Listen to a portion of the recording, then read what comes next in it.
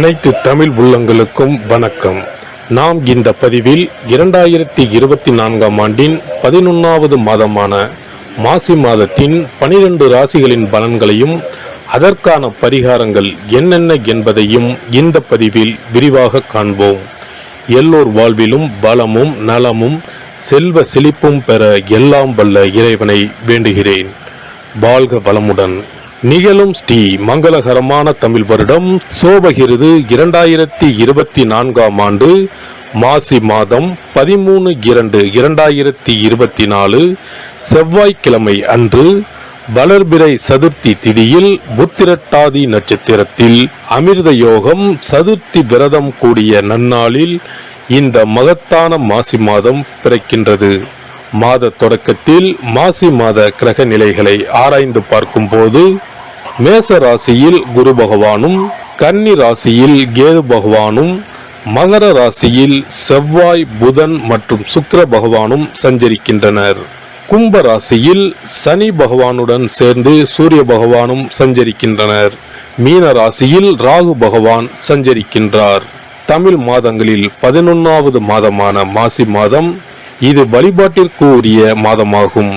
சூரியன் கும்பராசியில் பயணம் செய்வதால் இந்த மாதத்தினை கும்ப மாதம் என்றும் அழைப்பார்கள். சூரிய பகவான் பிப்ரவரி 13 அன்று மகர ராசியில் இருந்து கும்பராசிக்கு பேச்சியாகின்றார். மாசி மகம் வருடத்திற்கு ஒரு முறை வீதம் மட்டுமே வரும். அதாவது மாசி தமிழ் மாதத்தில் மகம் நட்சத்திரத்தில் எப்போது பௌர்ணமி வருகிறதோ அன்றைய தினம் மாசி மகம் ஆகும். 12 வருடங்களுக்கு ஒரு முறை வருகின்றதை மகா மாசி மகம் தினம் என்று அழைக்கிறோம். இது கும்பகோணம் கும்பேஸ்வரர் கோவிலில் வெகு விமர்சையாக நடைபெறும். அதேபோல் திருக்கோஷ்டியூர் பெருமாள் கோவிலிலும் இந்த திருவிழாக்கள் வருடத்தில் ஒரு முறை வருகிற மாசி மகத்தில் நடைபெறும். இந்த நாள் எதற்காக நாம் கொண்டாடுகிறோம் என்றால், நமது பாவங்களை போக்கவும், பித்ருக்களை வேண்டுவதற்கும், தோஷங்களை போக்கவும் மற்றும் மகப்பேறு கிடைக்கவும் நாம் கொண்டாடுகின்றோம். அனைத்து வருடங்களிலும் ஒரே மாதிரி தேதிகள் வராது. வருடா வருடம் தேதிகள் மாறும்.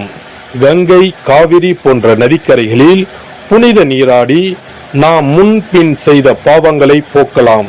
அதே சமயத்தில் புனித ஸ்தலங்களுக்கு இந்த நாளில் நாம் செல்வதன் மூலம் இறைவன் அருள் பெறலாம்.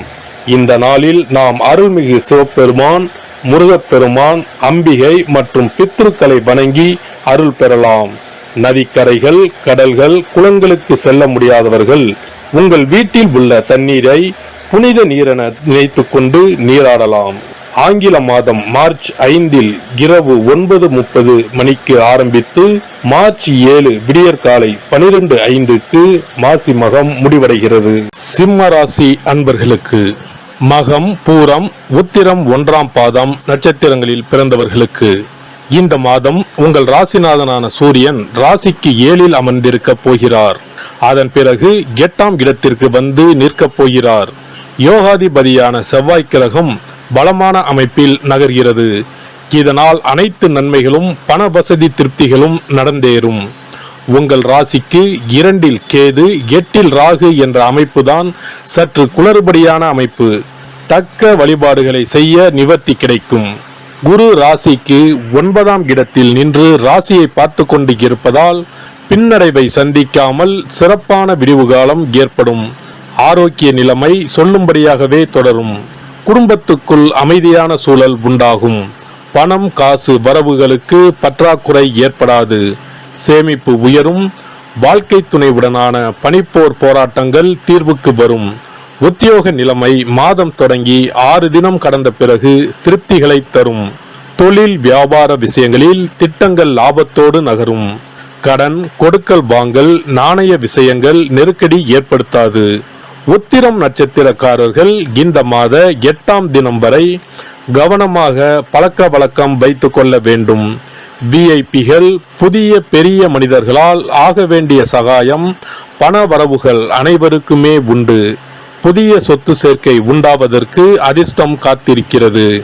இம்மாத திங்கள், புதன் மற்றும் வெள்ளிக்கிழமைகளில் ஆச்சரியப்படுகின்ற சிறப்பான உயர்வுகள் மனமகிழ்ச்சியை தரப்போகிறது. இம்மாத 3, 15, 24, 27, 30வது நாட்களில் இல்லத்திற்கான மேன்மைகளும் பொன் பொருள் சேர்க்கைகளும் ஏற்படும். இளம் இருபாலருக்கும் 2வது வாரம் முடிந்த பிறகு திருமண கனவு நிறைவேறும். இல்லத்திற்குள் விசேஷ திருப்தியும் நன்மைகளும் உண்டு. அயல்தேச அயலூர் கல்விக்கான உதவி ஒத்துழைப்புகள் கிடைக்கும். பெரிய நிலபுலன்களை வாங்கிவிட தயாராக இருப்பீர்கள். போட்டி பொறாமைகளும் விலகி வெளிச்சப்பாதை உண்டாகும். வியாபாரிகளுக்கு சென்ற மாதம் ஏற்பட்ட நன்மைகளை இம்மாதமும் எதிர்பார்க்கலாம். சனி பகவான் தொடர்ந்து உங்களுக்கு ஆதரவாக சஞ்சரிக்கிறார். தொழிலை அபிவிருத்தி செய்வதற்கு ஏற்ற மாதம் இது இப்போது அமைந்துள்ளது. பிரசித்தி பெற்ற வெளிநாட்டு நிறுவனம் ஒன்றுடன் தொழில் அபிவிருத்தி திட்டங்கள் கையெழுத்தாகும். கலைஞர்களுக்கு, சினிமா துறையினருக்கு மிகவும் அனுகூலமான மாதம் இது. லாபகரமான மாதமாகும். புதிய வாய்ப்புகள் வருமானத்தை உயர்த்தும். திரைப்பட இயக்குநர்களுக்கு பாராட்டுதல் கிடைப்பது உற்சாகத்தை அளிக்கும். அரசியல்வாதிகளுக்கு கட்சியில் உங்கள் பலம் அதிகரிக்கும். உயர்மட்ட தலைவர்களின் ஆதரவு உற்சாகத்தை தரும். வரவுள்ள தேர்தல்களில் நின்றால் வெற்றி பெறுவது நிச்சயம். அதன் மூலம் புதிய வாய்ப்புகள் கிடைப்பதும் இம்மாத கிரக நிலைகள் உங்களுக்கு அளிக்கவிருக்கும் நன்மைகளில் சிலவாகும். மாணவர்களுக்கு படிக்க உட்கார்ந்தால் சோர்வு தலை தூக்கும். பாடங்களில் மனம் படிவது கடினமாகும். சில தருணங்களில் தவறான எண்ணங்கள் மனதை பாதிக்கும். விவசாயிகளுக்கு சென்ற மாதம் ஏற்பட்ட அனைத்து நன்மைகளும் இம்மாதமும் நீடிக்கும். அரசாங்க ஆதரவு தேடி வரும். பயிர்கள் செழித்து வளரும்.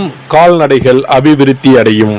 பரிகாரம்: இம்மாத பிரதி செவ்வாய்க்கிழமை யமகண்ட வேளைகளில் ஸ்ரீ காளி தேவிக்கு அபிஷேக ஆராதனை செய்து வழிபட்டு கொள்ளவும். சிறப்பு பரிகாரங்கள்: வருமானத்தை பெருக்குவதற்கு வருமானம் வந்ததும் அல்லது சம்பளம் வாங்கியதும் அந்த தொகையில் 1% தொகையை தனியாக எடுத்து வைத்து விடுங்கள். அந்த பணத்தில் பாலால் செய்த இனிப்பு வகைகள் வாயில் போட்டாலே தித்திப்புடன் எளிதில் கரைந்து வாயிற்குள் போய்விடக்கூடிய இனிப்பு வகைகளை வாங்கி ஆதரவற்றோர், சாலையோர பணியாளர்கள், தூய்மை பணி செய்வோர், ஆதரவற்ற நிலையில் வறுமையில் வாடும் குழந்தைகள் மற்றும் தொழிலாளர்களுக்கு கொடுங்கள். மகிழ்ச்சியுடன் உங்கள் கைகளால் இனிப்புகளை கொடுங்கள். இப்படி செய்வதால் சனி சுக்கிர யோகம் உண்டாகும். இதனால் வருமானம் பெருகுவதுடன் கையில் பணம் சேர்ந்து கொண்டே இருக்கும். வருமானத்திற்கு தடையோ பஞ்சமோ வராது. ஏதாவது ஒரு வகையில் பணம் வந்து கொண்டே இருக்கும். இது தவிர மாத சம்பளம் வாங்கியதும் அல்லது கைக்கு வருமானம் வரும்போது ஒவ்வொரு மாதமும் முதல் செலவாக வீட்டிற்கு கல்லுப்பு, ஊறுகாய் போன்றவற்றை வாங்கி வைக்கவும். கல்லுப்பு, ஊறுகாய் போன்றவை மகாலட்சுமிக்கு மிகவும் விருப்பமான ஒன்று. இந்த பொருட்கள் வீட்டில் இருந்தால் மகாலட்சுமியின் அருள் வீட்டில் இருந்து கொண்டே இருக்கும். எந்த காரணத்திற்காகவும் இந்த பொருட்களை தானமாகவோ கடனாகவோ கொடுக்க கூடாது. தினமும் வீட்டை சுத்தம் செய்து அதிகாலையில் நீராடி வீட்டில் உள்ள மகாலட்சுமியின் படத்திற்கு முன் அமர்ந்து ஓம் யம் ஓம் அங் சிவாய நம, சவ்வும் நம சிவாய நம, ஸ்ரீயும் நம சிவாய நம, அங் உங் வங் சிவாய நம என்ற மந்திரத்தை சொல்ல வேண்டும். இந்த மந்திரத்தை தினமும் சொல்லி வந்தால் பணம் வீணாக விரயமாகாமல் பணம் சேர்ந்து கொண்டே இருக்கும். வாழ்க வளமுடன்.